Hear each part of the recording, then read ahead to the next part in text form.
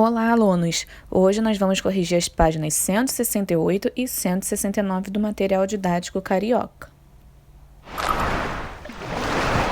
Na página 168, nós vamos falar sobre os estados físicos da água, conhecendo melhor a água do planeta.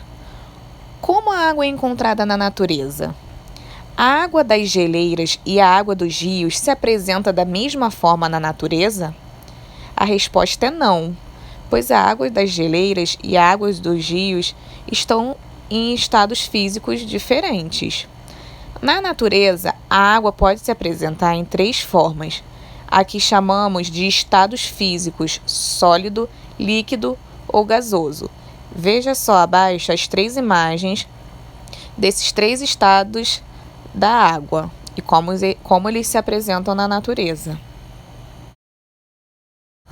Os estados físicos da água. No estado sólido, as moléculas da água estão muito próximas umas das outras. A força da atração é tão intensa que há pouco movimento entre elas. Então, nós temos um exemplo na imagem da água no estado sólido, que está nas geleiras, no gelo do nosso congelador. E ao lado é o esquema das moléculas da água no estado sólido. As moléculas no estado sólido ficam bem juntas uma das outras, ficam ligadas umas às outras. Então, este é o estado sólido.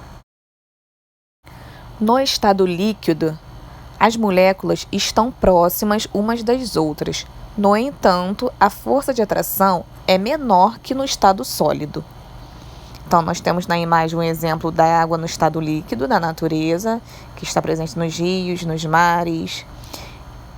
E ao lado temos o esquema das moléculas da água no estado líquido. Então, vocês podem observar que lá no estado sólido as moléculas estavam mais próximas. No estado líquido, elas estão próximas, mas estão ainda um pouco mais separadas do que o exemplo anterior.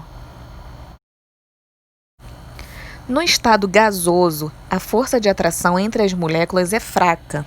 Elas ficam afastadas umas das outras, permitindo que se movimentem, espalhando-se pelos espaços disponíveis. Então, nós temos um exemplo na imagem da água no estado gasoso, que é a água evaporando para o céu por conta da temperatura. E aí a água se torna gasosa. E ao lado é o exemplo do esquema das moléculas d'água no estado gasoso. Então, no estado gasoso, as moléculas ficam mais afastadas e se espalham mais. Página 169. Conhecendo melhor a água do planeta. Observe a imagem que representa o ciclo da água. O ciclo da água. A água evapora todos os dias. A água evapora, isto é, passa do estado líquido para o estado gasoso. Então, se a água evapora, por que ela não acaba? Observe a imagem ao lado. Ela mostra como ocorre o ciclo da água, também chamado de ciclo hidrológico. Observe as setas e complete o texto. A água dos rios, mares, lagos sofre vaporização, isto é, passa do estado líquido para o estado gasoso.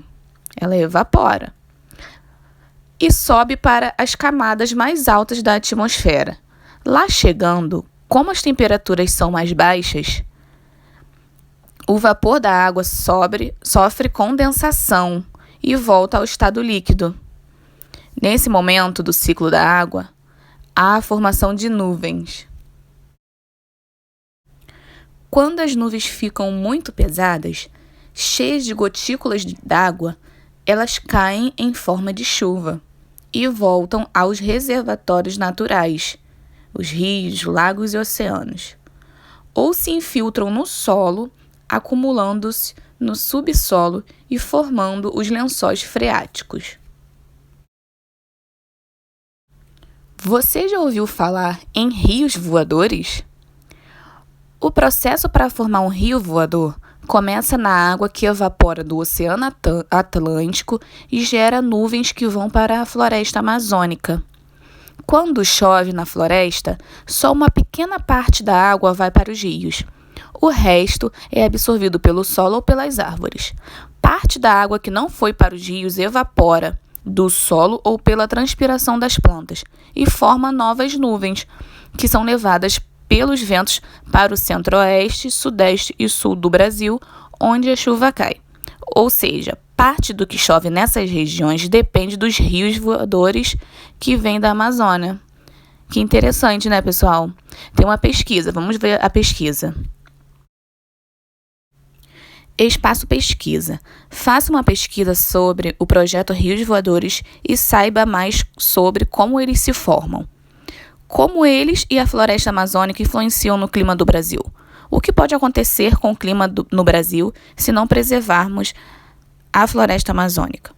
Bom, eu fiz uma pesquisa e vou mostrar para vocês um vídeo falando sobre os rios voadores. E você também faça uma pesquisa e escreva no seu caderno sobre o que você achou sobre o projeto Rios Voadores, ok?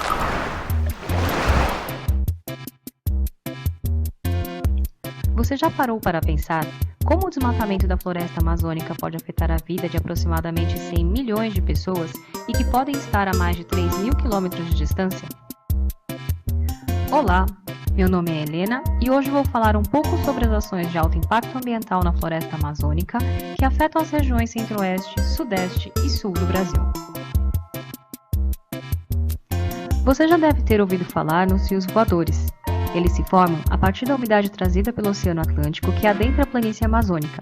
Essa umidade precipita sobre a floresta, que a absorve e a acumula sob o solo da região. Pelo fenômeno da evapotranspiração, a umidade retorna à atmosfera e com os ventos da região formam o curso dos rios voadores, avançando no sentido oeste até os Andes. Parte desta umidade precipita na própria bacia amazônica. O restante contorna a cordilheira e segue sentido sul, chegando às regiões sudeste e sul do Brasil, e ainda podendo atingir o Paraguai e a Argentina. 20 bilhões de toneladas por dia é quantidade superior a que o rio Amazonas, responsável por 1/5 da água doce que os mares recebem, despeja no Oceano Atlântico diariamente. Desta forma, essas chuvas possibilitam que as regiões como o Sudeste e Sul tenham boa produção agrícola e mantenham importantes hidrelétricas. Então, com menos florestas, temos menos chuvas. Portanto, menos água para o abastecimento da população e ainda com declínio de atividades produtivas de importante região do continente. Turma, ficamos por aqui. Até a próxima, um beijo e se cuidem!